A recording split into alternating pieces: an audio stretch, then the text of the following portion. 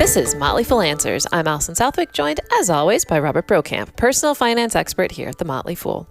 It's the last Tuesday of the month, which means you get to eavesdrop as Bro sits down for a nice chat with someone he reveres in finance. This month, he's joined by Christine Benz, Morningstar's Director of Personal Finance. They'll talk about how people should approach the long-term care conundrum, how to close the gender gap in finance, and much, much more. All on this week's episode of Motley Fool Answers. It's the last episode of the month, which means we get the chance to interview a bright, shining light in the world of financial planning. And this month, it is a real privilege to spend some time chatting with one of my favorite writers at one of my favorite websites, Christine Benz, the Director of Personal Finance at Morningstar. Christine has worked at Morningstar for almost 30 years. Is on Morningstar's 401k committee, co-hosts the Long View podcast, and in 2020 and in 2021 made Barron's list of the 100 most influential women in U.S. finance. Christine, welcome to Motley Fool Answers. Robert, it's so great to see you. Thank you for having me on. So let's start with your story. How did a political science Russian language major end up as Morningstar's Director of Personal Finance, or finance, as you pronounce it?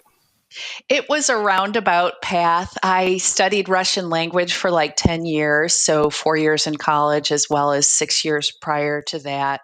Had always had an interest in politics and government and international relations. So I emerged from college thinking that I would do something putting those two things together.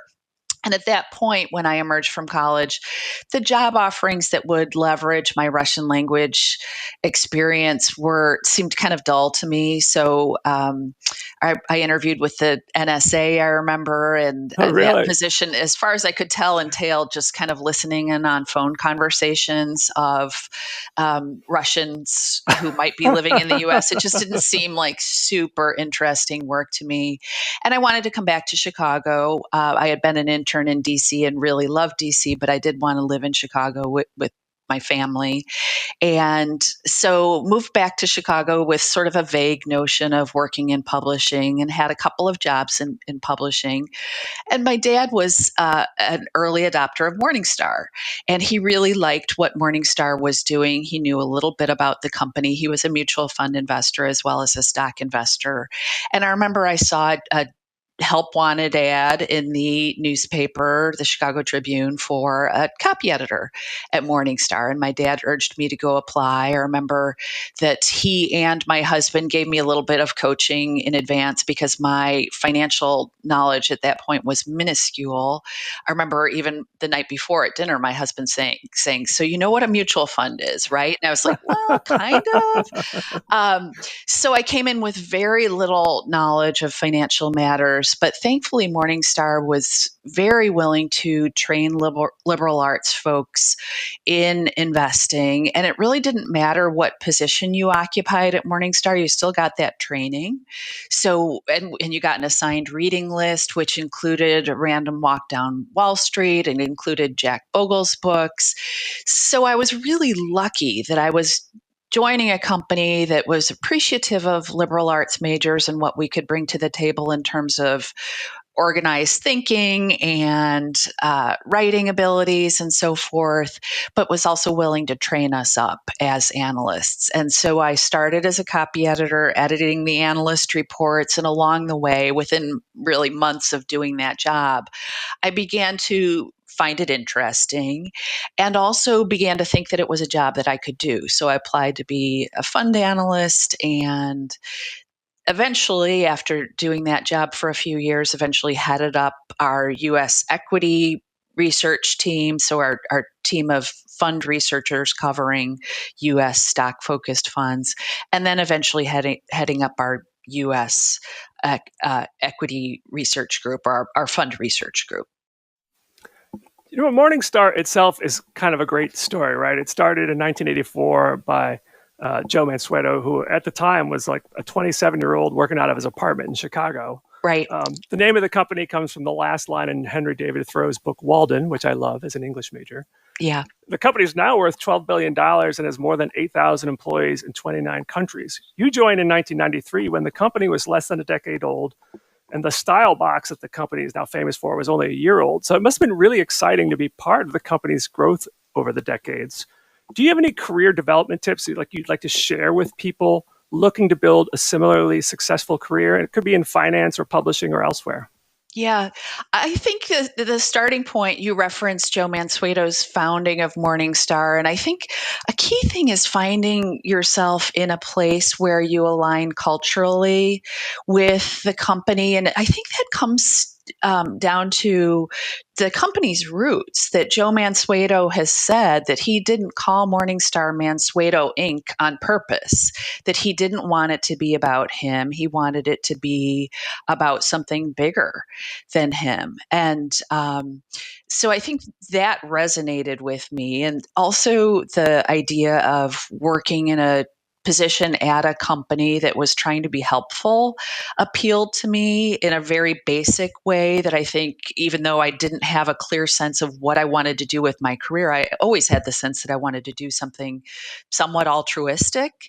And so I think making sure that the decisions you make align with your values as a human being is absolutely crucial. So that, I would say, has been sort of a touchstone for me throughout my career, just sort of thinking about what my values are, thinking about how they might be evolving. So, and as I began to evolve away from focusing so much on investment research and focusing more on financial planning instead, having a company that was going to be supportive of that growth was really important. And then I would say another thing I think about is developing your own style with respect to kind of networking your career is really important. Like, I do not think of myself as a good networker in a traditional sense, but I think kind of finding your own way to network can be really beneficial. So an example I would give is that I often work on things where I get to work with really high profile people, whether it's Bill Bernstein or even Jack Bogle while he was still alive, where I would get to work with them on something, and I think they would gain an appreciation for how I thought about things, how I researched things. So I think you can kind of insinuate yourself into being respected by just sort of doing what you do rather than networking in a really traditional sense, if that makes sense. Yeah, I think that's excellent advice. I certainly, when I joined the Fool, I knew I wanted to join the Fool because of the things you said. I like the culture. I like the founders. Here at the Motley Fool, no one has their own closed off offices, even the founders and the CEOs. And I was just Yeah. like, I got to get in there any way I can. And once I'm in, I'll work my way to the job I want. Yeah, no, exactly. And Morningstar's the same way, where Joe Mansueto and Kunal Kapoor, his successor, I remember Joe had like a very nice oriental rug in his cubicle, but he had the same size cubicle as all of the rest of us. He did have a corner cubicle, but I really appreciated that as well. That's sort of those cultural markers that you can pick up on. So let's talk a little bit about some of the topics that you cover in your work. And when someone visits your author page on Morningstar, they'll see right below your bio that the featured link is to your model portfolios for retirees and savers. Tell us a little bit about those. Yeah, they're a little different from other model portfolios that people might be familiar with, in that they're really there for educational or illustration purposes. And I started experimenting with model portfolios mainly because I've become a proponent of what's called the bucket approach to retirement decumulation. And I was influenced by Harold Ovensky, who is a leading light in financial planning, to work on these bucket portfolios. And basically, they're portfolios that are organized by anticipated spending horizons. So you create your asset allocation based on your proximity to needing to spend your money over a given time period. So I decided to create the model portfolios just to illustrate how this would work in practice, because I think asset allocation can be horribly sort of black boxy, where it can be really difficult to know what is an appropriate asset allocation given a time a given time horizon. So that was really the impetus to show people how this might work in an actual portfolio populated with actual holdings that our analyst team likes and recommends. So that was the goal. And I've since created companion portfolios to the bucket portfolios that are more sort of accumulator portfolios geared toward people who are saving for retirement, as well as some portfolios for people with very short-term goals, like within the next 5 to 10 years, as opposed to retirement. And then have created all different iterations of those model portfolios, including tax efficient portfolios and portfolios that are geared towards specific fund families. So it's just a way to illustrate how some of these things that I talk about in my work could be realized in actual portfolios. So if I could sum up the buckets, it's generally the first bucket, super safe money, any money Right. you need in the next couple of years, that's cash.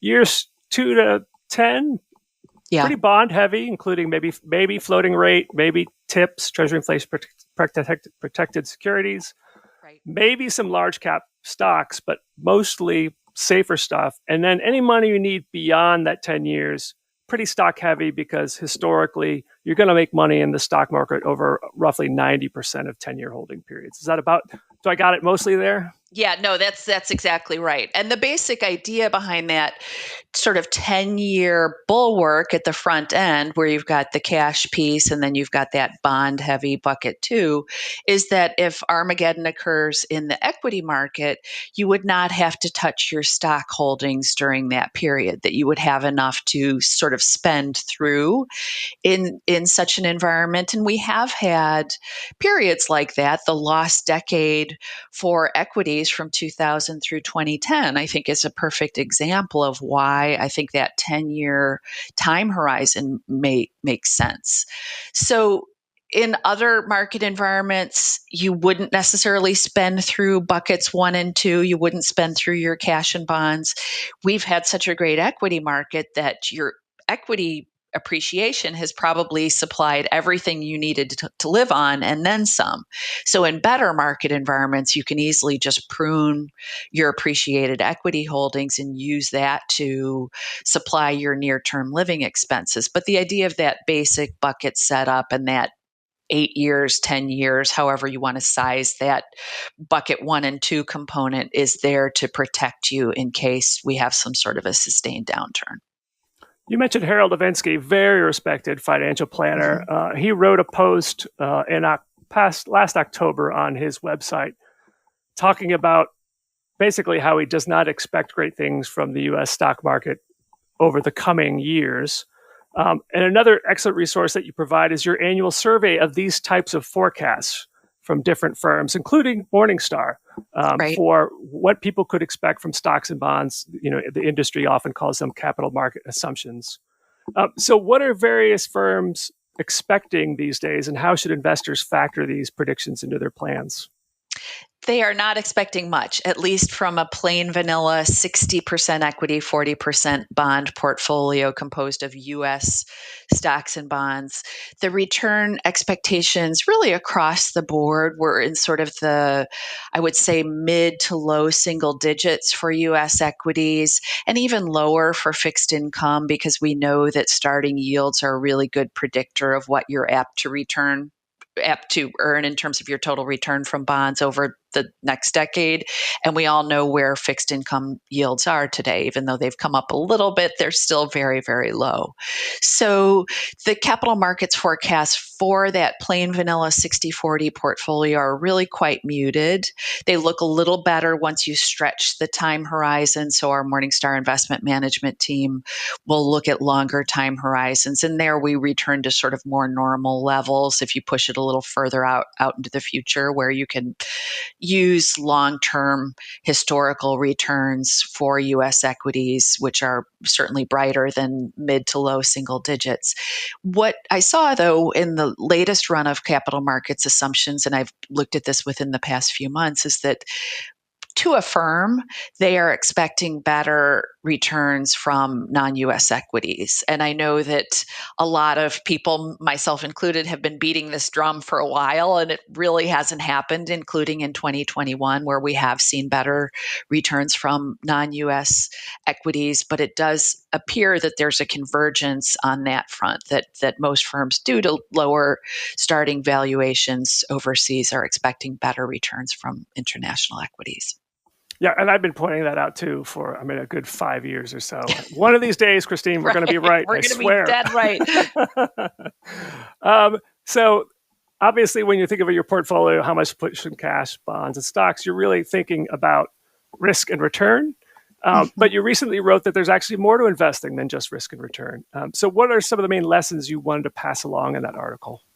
Yeah, I had been just sort of toying with this idea or thinking about it, about how there are all these non-tangible intangibles that we don't think about, or we don't certainly don't talk about with respect to how we create our financial plans. So peace of mind is a big one that I come back to again and again, where I realize that a lot of smart decisions that I've made over my financial life have been in the name of peace of mind. So a big one that I would point to is my husband and I a few years ago were looking at our mortgage, and we're like, well, why do we really have a mortgage? We have cash on our balance sheet. And I'm kind of thinking, well, we could probably invest that money and earn a higher return in the market. But gosh, wouldn't it feel good to have a paid off home? And so we did that and have never looked back. And I think that people, if they are thoughtful about their financial lives, they'll probably find that there are other decisions that they might make that they made first and foremost in the name of peace of mind, didn't necessarily deliver the best quantifiable ROI, but nonetheless was a really smart decision. So peace of mind, I think, is one of those important factors that should affect how you approach your financial plan and your investment plan. I also really love the concept of enough and figuring out if you have enough and how that might affect how you invest. So Bill Bernstein, who I know that you've had on the show before, has said, and he would probably say this quote is an original to him, but he said, if you've won the game, quit playing.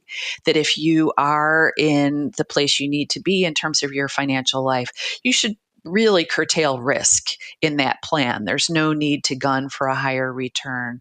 But I think too many of us, I would say that I'm sometimes guilty of this as well, just are sort of geared toward like, well, no, there's a better return to be had somewhere. So I'm going to continue to position my portfolio aggressively and never pull back, even when I have enough. And another topic I covered in that piece was just the time on earth allocation, that I don't think we talk enough about how we spend our time and whether the financial decisions we make align with giving us more time to do things that constitute quality of life for us. And so I think if you really are mindful of the importance of your time on earth allocation, to me, that points for really trying to simplify your financial plan, or maybe delegate some of your financial planning decisions, some of your investment decisions to someone else.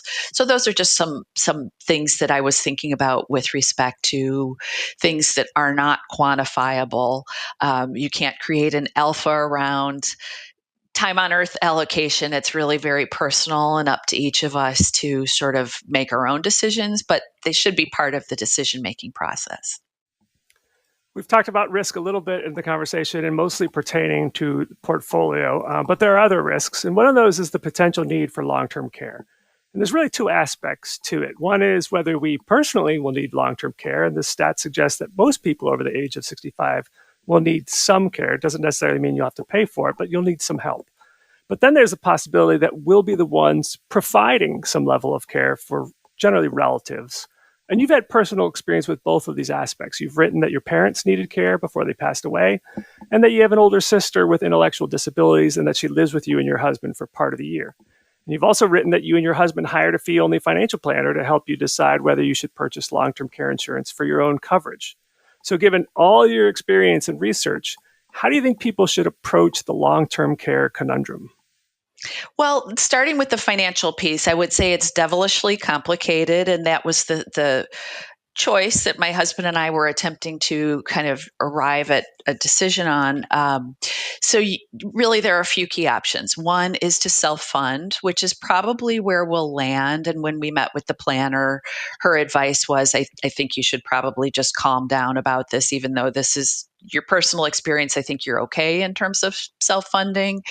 But you can also buy pure long-term care insurance. The problem with it is that it has become more and more expensive. We've seen consumers who thought they were doing all the right things purchase long-term care insurance and then be confronted with these egregious premium hikes, which have been the result of insurers' claims experiences. If people have long-term care insurance, they tend to use it. If they purchase it, the insurance company tends not to be able to shake them off with these premium increases. They hang on and say, well, I've been paying into the policy. Why would I quit it now? So we've seen premiums go up on pure long-term care. I still think that that's probably the right answer for a certain set of consumers, especially for those who have kind of tighter financial plans where it looks like they will need everything in their portfolio to live on during their retirement years when they're healthy. So I think that pure long-term care can make sense in some situations. Increasingly, there are these hybrid life/long-term care policies, which is really a life insurance policy with a long-term care insurance rider. That was something my husband and I delved into when we were looking at long-term care decision making. We had a whole life policy, and you can do these, not to get too in the weeds and in terms of all of this insurance aspect, but you can do these conversions called a 1035 exchange of an existing life insurance policy into one of these hybrid policies. That was a spot where we did get some help from a broker who talked us through the available options if we wanted to do that.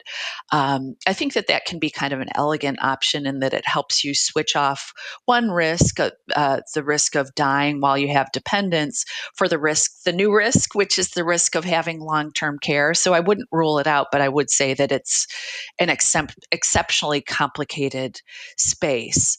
And then finally, the last option for covering long-term care is to rely on government resources. And in fact, the US government and Medicaid is the largest payer of long-term care expenses in the US. But there are significant strictures around who can use those resources. You need to essentially deplete a big share of your investment resources. And this is a big issue, especially if you're part of a married couple, where you would essentially have to not impoverish, but really drain the resources in order to have the person who needed long-term care be eligible for Medicaid provided care. So not a simple answer financially, but I would definitely think through the key sorts of options on that front. And then, as you alluded to, there's a whole softer set of considerations around long-term care, where you want to receive long-term care. So the experience that I had with my parents was that they wanted to receive care in their home, and I very much respected them and adored my mom and dad and wanted to help them make it happen and have 5 sisters. So we were all very hands-on. But what I would say is, for people who have that as their plan, just make sure that you have some really committed adult children who can help you see that vision to fruition, because it's not as simple as saying, I plan to just, install grab bars in my shower or whatever it might be. There's all kinds of other stuff that goes along with making care in a home work.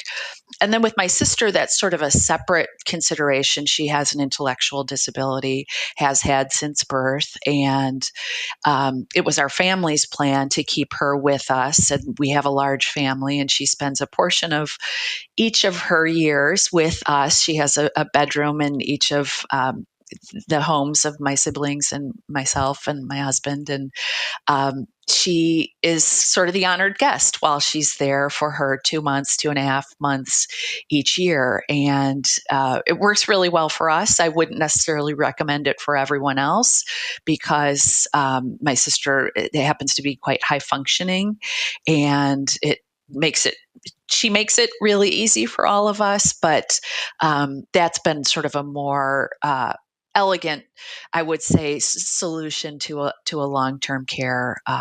What might be, sort of a conundrum for other people has been a pretty nice solution for my family. Just to highlight a few things there, make sure everyone got them. First of all, you're one of 6 girls in the family, Yes. which is quite amazing. And the other thing that, even though you're a personal finance expert, you hired a fee-only planner to help make a decision. And I've often said that I think even the most dedicated do-it-yourselfers should occasionally get that objective expert opinion just to make sure they have all their bases covered. I've done it in the past, and I expect to do it in the future, even though it's really not very cheap. No, that's right. We shopped around and I found a planning firm here in Chicago. I had actually had some contact with them through work related things and think a lot of their abilities. They're quite sophisticated. I think that sometimes people think that this sort of hourly model of paying for advice is for less sophisticated investors as well as less sophisticated planners. And I would say that this particular planning firm and several others that I know of really puts the lie to that notion in that they are incredibly sophisticated, especially with respect to their tax planning expertise. And also their clients are pretty sophisticated in that one of the planners shared with me that their typical client portfolio is $10 million. And I think those clients have done the math and have said, if I'm going to pay for advice, it's probably better for me to do it on a surgical basis rather than handing over a percentage point of my return per year, which is not to say that isn't a good model for some people, but I think that certainly for people with very large portfolios, that won't be the most cost-effective way to pay for advice. So absolutely get advice from a financial planner and do so either on a holistic basis or on a surgical basis. I think that it can be really economically quite efficient. The planner that we work with does have a high hourly fee, but if we, only need their services once every couple of years and we only need 10 or 20 hours of their work, it'll be more cost effective for us than paying an ongoing fee year in and year out. Since we're talking about the financial profession, the financial world in general seems very male dominated. And whether you're talking about financial services industry, the financial media, even the consumers of financial media, the Motley Fool audience skews very male. And I assume that's true of the Morningstar audience. You could tell me if that's accurate or not, but based on the 5 or so Morningstar conferences I've been to, it seems that to be the case. So assuming you agree with all that, why do you think that is, and what can be done to close the gender gap? Yeah, you have bro in your name, so let's start there. It's very broy, I would say overall. I do see signs of change, and I think that's happening for a couple of reasons. One is that I feel like the dynamic in the financial industry is moving toward an appreciation of financial planning and moving toward an appreciation of goals versus investing strictly and beating the benchmark. And so I feel like the whole conversation is moving more toward goals. And I think that's where women really shine. And I think that idea of reaching goals, achieving tasks resonates with women. So I think that we'll begin to see more diversity as the industry evolves to show a greater appreciation for helping people achieve their goals as opposed to beating benchmarks. And of course, these are huge generalizations. I'm sure there are plenty of women who are very geared toward beating benchmarks and I know plenty of guys who are very goals focused. But I think as the industry shifts more in that direction, I think we we'll see more women enter the field. I think culture is really important. I come back to Morningstar's culture. I think Morningstar has always been a tremendous culture for women, and we've had several women leaders over the years, but even the male leaders have been incredibly receptive to having women be in leadership positions. I think of kind of my main sort of mentor at Morningstar, Don Phillips, who was one of Morningstar's original founding members, was always just so supportive of my career and so supportive of everything that I worked on. And I think that that's cultural. And so I would like to see more companies get better at including women in leadership positions. It's a heavy lift, but I think we're going to get there. I'm hopeful. I'm thinking and hoping also that it's generational. When I think of my mom's generation, it certainly was much more the case where you left money to your husband and you took care of the kids. I think the studies that look at the financial literacy gap between men and women find that younger women are doing much better because it's just a change in society in terms of giving women more opportunities, equal treatment in various ways, things like that. I think that's absolutely true. And I've been interested in some of the data on how women invest relative to men. When you look at the data, you do see that there's a gap, that women tend to be more conservative, and that gets repeated again and again and again. But then when you drill into that, that's really an income gap, that women do tend to earn less than men over their lifetime. So perhaps quite rationally, they take less risk in their investment portfolios because they don't think they have the funds to risk. It's interesting when you look at some of the more finely tuned data that look at investment choices when you control for income, you see that men and women invest almost in the same way. So I think solving that income gap, that is still something I'm very interested in. And I think part of that comes back to, do we create an environment where women can stay engaged with work even while they want to be very involved with raising their kids at home? And do we create an environment where men can do that as well? I think that is key to solving this income gap, which has been, in my view, very important in terms of causing women to invest more conservatively. At this point in your career, you've written hundreds, if not thousands of articles. I don't know if you've ever tried to count them all, No. but I'm scared to. Are there a few that you consider sort of your all-time favorites? Maybe because you thought they were particularly well written, you saw it published and like, dang, that was a good article. Or you thought that they covered a really important lesson, or maybe you hit upon a new insight? Yeah, one that comes to mind, I referenced my sister, and I wrote a column out of pure rage, not toward her, but toward a situation that happened when she was staying with us, and we had a door-to-door financial advisor come. I think it was one day when I wasn't home, and came and spoke to my sister, and later dropped off some materials at the house about retirement planning. And it was pretty clear to me that she would have understood the situation. She would have understood that my sister would have been someone who couldn't make her own financial decisions. But nonetheless, she seemed determined to try to make some sort of a sale.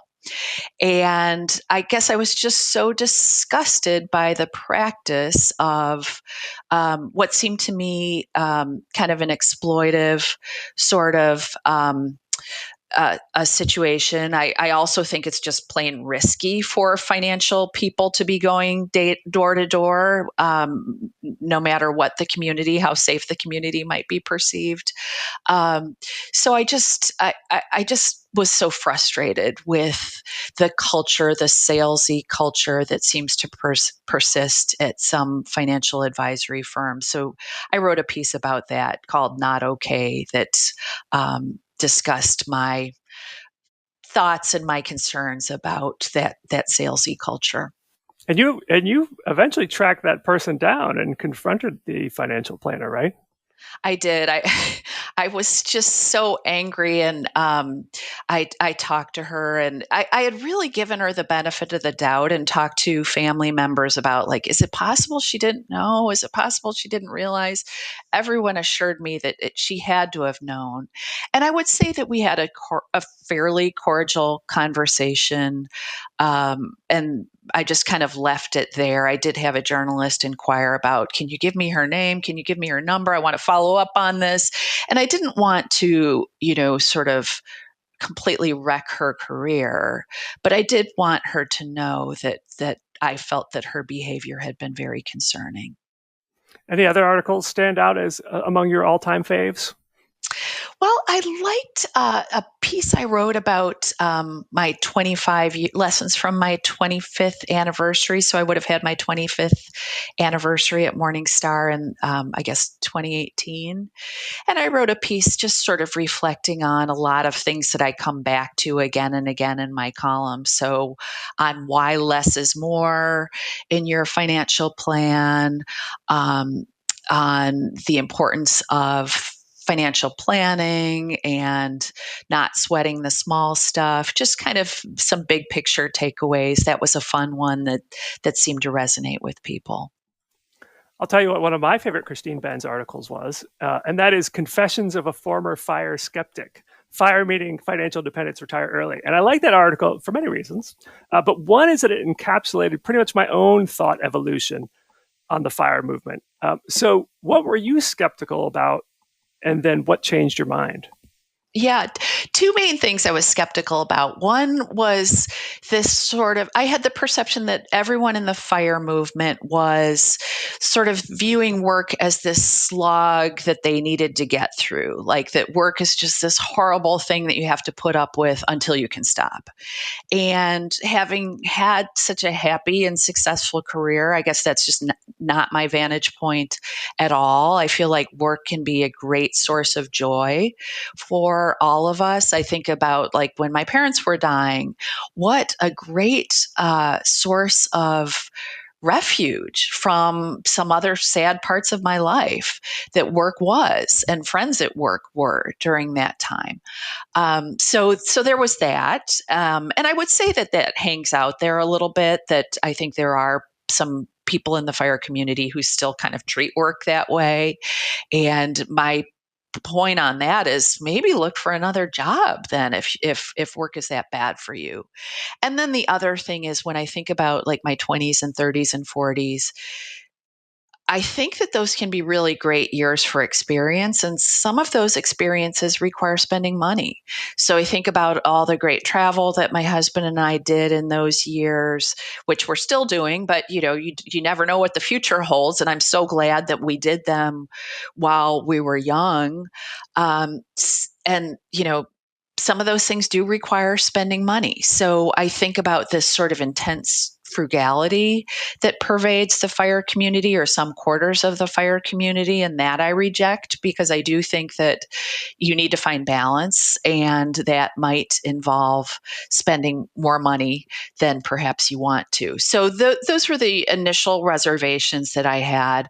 I would say, speaking with Chris Mamula, who has a blog, I think it's called Can I Retire Yet, I believe, really changed my mind. He was the first person we had on our podcast who was part of the FIRE community, and he really evinced balance in the conversation. So he talked about how he and his wife loved travel too, and they had visited every continent. And I'm thinking to myself, gosh, I haven't visited every continent. That's pretty good. And he also talked about how important it had been for him and his wife to set their priorities. So they live in Utah and they love outdoor adventure. And he made the point that we'll always have the best outdoor gear, whatever it is, to keep us warm, or keep us comfortable as we engage in our outdoor pursuits. We're going to spend money on that. We are not going to cheap out. And so that conversation was really eye-opening to me, in terms of understanding how someone who had been successful in a FIRE pursuit had pursued it, and also how he hadn't completely abandoned balance in the process. And also listening to him, Chris continues to work. He works on his blog. He has written a book. And so, understanding that not working for pay does not mean not working. And so those are a couple of things that brought me around to thinking that, hey, this can really be a neat idea. And I actually would love it if more young people, rather than sort of day trading stocks or crypto or whatever they're doing, I would like to see them get more engaged with this sort of financial freedom idea, which comes out loud and clear if you follow some of these FIRE blogs. Yeah, I think the main benefit of the whole movement is just being very thoughtful about your spending, right? Yeah. We all spend money on things that 1 month, 1 year later, we're like, you just don't value it, whether it's going out to eat too much, stuff that's just clogging up your closets or your garage. Just being very mindful of that, I think is very valuable. Another person you had on your podcast was Tanya Hester, another significant figure in the FIRE movement. And she's written that to a certain degree, we all should be practicing FIRE because we don't really know how long we'll be able to work. Something like a quarter to a third of people who retire sooner than they expected, sometimes due to health issues or job loss, something your colleague David Blanchett, I think, calls retirement date risk. Right.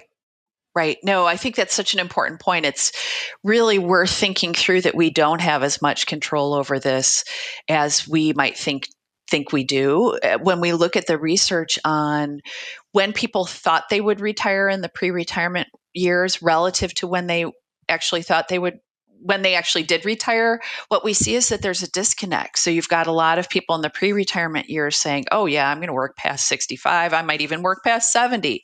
In reality, it's a fairly small subset of the population that is either able to do that or wants to do that.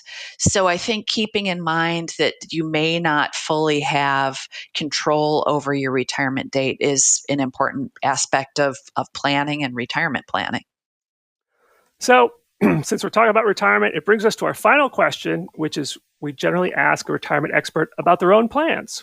So, what does retirement look like for Christine Benz? And was it influenced by a sabbatical you took in 2017, which you called your faux retirement, or your faux-tirement, I should say? Yeah, Morningstar does offer a sabbatical every 4 years, which is I think it's a six week break. It's been a while since I've had one. 6-week break from work. And I did start thinking about that on my last sabbatical, where I was just sort of thinking about my husband and I took a long trip, first of all, but then I came home and was just sort of by myself thinking about, is this what retirement might be like? And I did have a long list of projects that I wanted to work on, which I kind of blew through, some of them related to dealing with the last bits of my parents' estate. And I realized how much I missed my work colleagues and how I would need to replace that in some fashion in retirement. I thought about how balance is so important in retirement as well, how my best days in this faux-tirement were days where I got some stuff done and also did something really fun that I think full-time fun is less fun when you're not balancing it alongside achieving some stuff. So those were a few conclusions. On an ongoing basis, someone who's really influenced my thinking was Carl Richards, who is the sketch guy. He has written books. He's just sort of an excellent thinker on financial planning matters. And when I asked him about his retirement, he said, well, I don't plan to ever retire, but what I'm doing is I'm keeping a stop doing list. And so as I go about my work, I'm putting on that list stuff that I really don't enjoy. And inevitably, as we move in our careers, we get good at some things that we don't enjoy, and they keep asking you to do these things. And some of these things might be sort of high profile and might be actually part of your identity. But if you're honest, you might reflect and say, I don't love doing that thing. That thing stresses me out. It doesn't make me happy. Even the day before I start thinking about having to do it and I don't love it. So I'm going to take Carl's lead on that. And I've been trying to do this where I'm keeping like a stop doing pile. And eventually my hope is that I'll just get my job down to a shorter list of stuff that I really enjoy doing. So I think that that's something to kind of think about as people move forward toward retirement. We do have a lot of research that shows continuing to work in some fashion is really important for us in terms of having that sense of purpose, as well as having those social interactions. So my plan is to continue working. When I think about, like, if I were to fully retire, I'd probably want to do some volunteer activity that might look a lot like my day job that I get paid for right now. So I'm like, why would I do that? So for now, I'm thinking about just continuing to work, but working more on things I enjoy, and feeling lucky that I have the privilege to be able to pick and choose a little bit. Well, Christine, this has been such a pleasure. Thanks so much for joining us. Thank you so much, Robert. You're a great interviewer. I love talking to you. Well, that's the show. It's edited spookily by Rick Engdahl. Our email is answers@fool.com. For Robert Brokamp, I'm Allison Southwick. Stay foolish, everybody.